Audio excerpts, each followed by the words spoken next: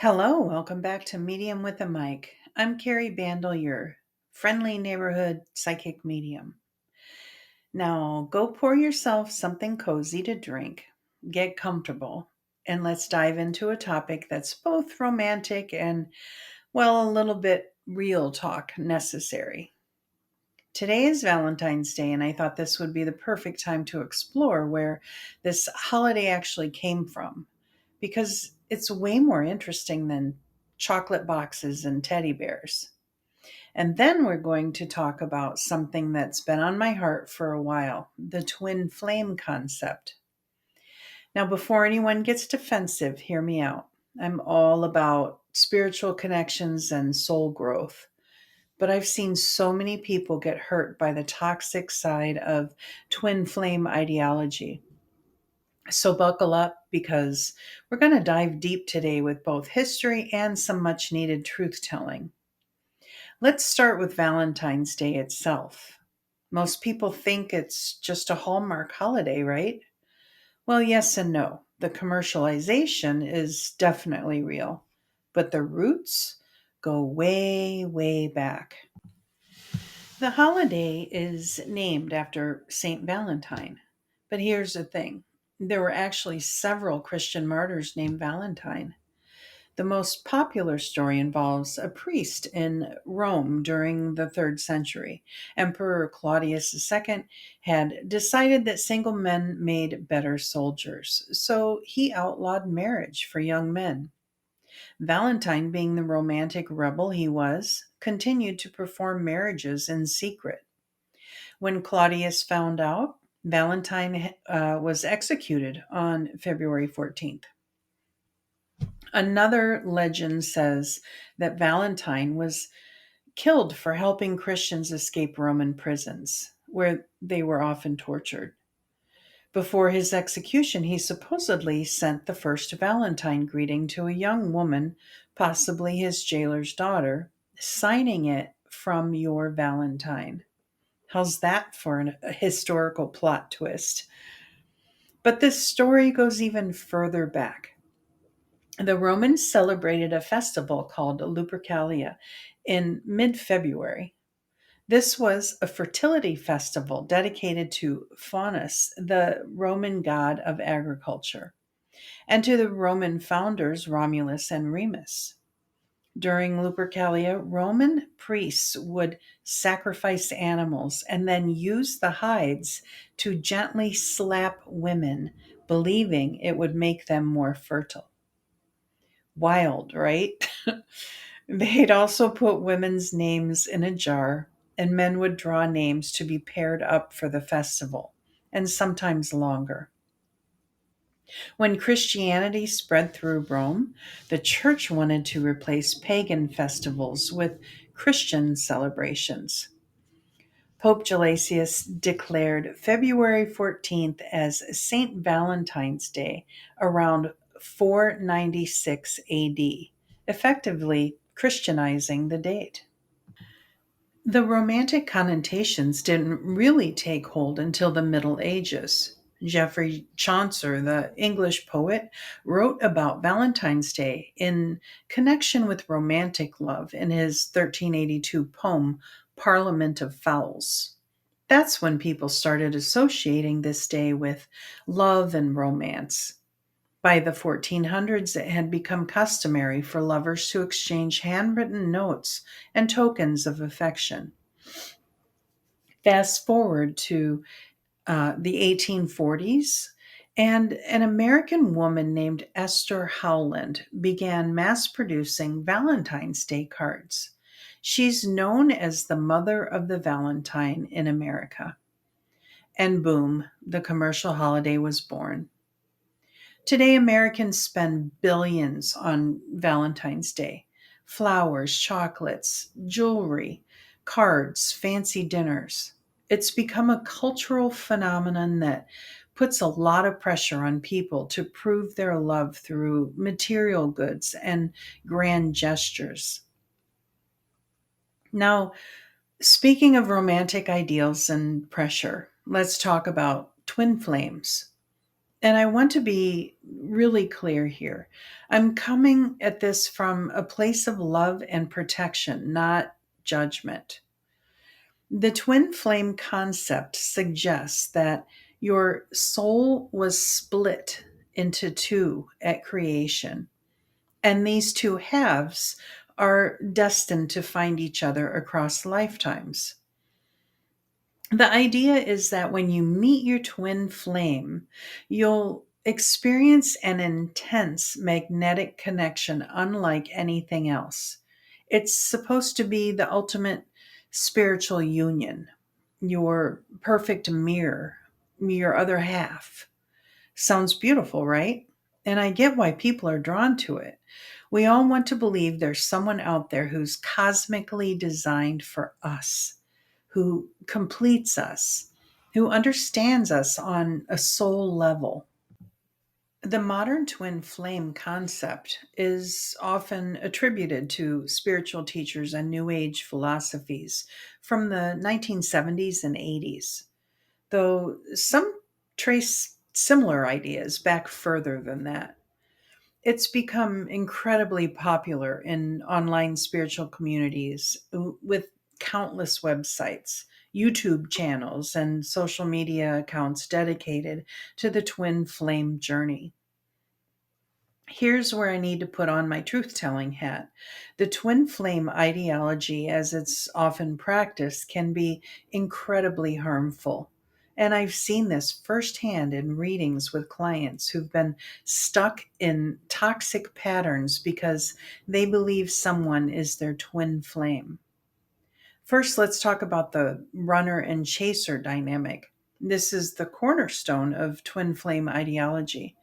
This story goes that one twin, usually the masculine energy, runs from the connection because it's too intense, while the other twin, usually the female energy, chases, trying to make the runner see the truth in their connection. Do you see the problem here? The framework justifies unhealthy relationship dynamics. It tells people to keep pursuing someone who's pulling away, someone who might be showing clear signs that they don't want a relationship. It reframes rejection as spiritual growth. I've had clients tell me that they wanted to pursue someone while they were married, as well as people that stayed in relationships with people who were emotionally unavailable, who cheated, who lied, who treated them terribly, all because a psychic or a YouTube video told them this person was their twin flame and they just needed to do the inner work and wait for the runner to come back. That's not spiritual. That's trauma bonding. That's not divine love. That's often just garden variety dysfunction dressed up in mystical language. Let's look at this through a psychological lens for a moment. That intense, magnetic, can't eat, can't sleep, obsessive feeling that twin flame ideology romanticizes, that's often anxious attachment meeting avoidant attachment. It's the brain's response to intermittent reinforcement, the same mechanism that makes gambling addictive. When someone is inconsistent, giving you attention and affection one moment and pulling away the next, your brain gets hooked on the uncertainty. You get hits of dopamine when they come back, and you experience withdrawal when they leave. Your brain literally becomes addicted to this person. The twin flame ideology tells you this painful cycle is spiritually significant rather than psychologically harmful. The mirror concept is also problematic. Yes, relationships do mirror our wounds and growth areas, but twin flame ideology often takes this to extremes, suggesting that everything your twin flame does, including mistreating you, is a reflection of something you need to heal.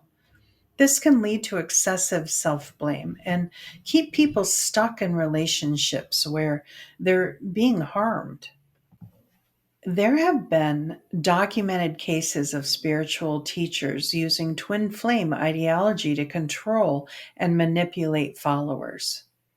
There was a high profile case recently involving a couple who ran a twin flame organization and essentially pressured members into relationships, controlled their lives, and took their money, all under the guise of helping them unite with their twin flame. But even outside these extreme cases, the ideology itself can be controlling. It keeps people waiting, keeps them focused on someone else rather than their own wholeness, and keeps them believing that their happiness is dependent on another person choosing them. So, what do I believe?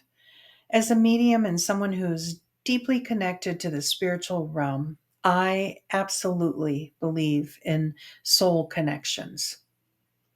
I believe we have soulmates, multiple soulmates, actually, who come into our lives to teach us, grow with us, and love us. I believe some souls have deep karmic connections that span lifetimes. I believe in profound spiritual love. I believe in connections that feel magical and destined.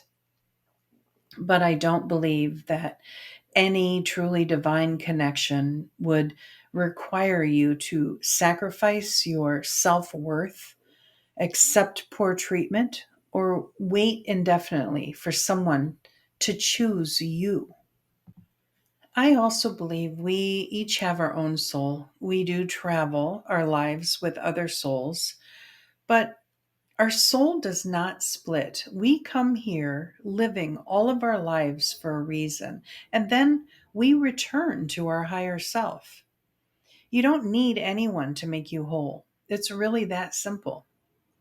Real spiritual love, whether you want to call it a soulmate, a divine partner, or just a really good match, should feel safe. It should be mutual.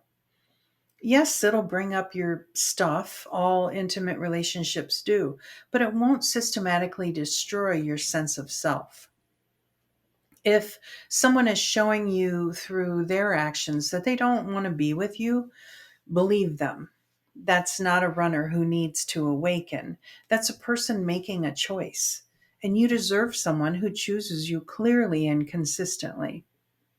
Here's what I want you to take away from this: you're not half a soul waiting for completion.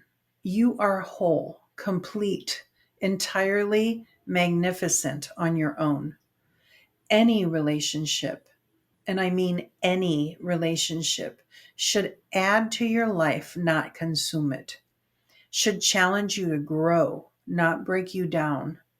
Should feel like expansion, not contraction. If you're in a situation where you're constantly anxious, where you're always wondering where you stand, where you're giving more than you're receiving, or you're justifying treatment you'd never accept from someone else, please step back, get some perspective, talk to a therapist or a trusted friend who'll tell you the truth. Your healing is not dependent on another person. Your wholeness is not found in someone else. And any spiritual teacher or ideology that tells you otherwise is leading you astray. The universe wants you to be loved fully, reciprocally, and healthily. And sometimes the most spiritual thing you can do is to walk away from a connection that's hurting you, no matter how magnetic it feels. So, there you have it, friends. Valentine's Day, a holiday with surprising pagan roots, Christian martyrs and medieval poetry, now fully commercialized for your wallet's distress, And twin flames, a beautiful concept that's too often twisted into something that keeps people stuck in painful patterns. My hope is that this episode gives you some historical context, some perspective, and maybe permission to question narratives that aren't serving your highest good. Love is real. Soul connections, absolutely real. Magic is real. But so is discernment, self respect, and the understanding that you deserve love that feels good, not love that hurts. As always, I'm sending you so much love and so many blessings. Trust your intuition, honor your worth, and know that you are deeply, deeply loved by the universe, partnership or not. Until next time, this is Medium with a Mic reminding you to keep listening to those sacred whispers.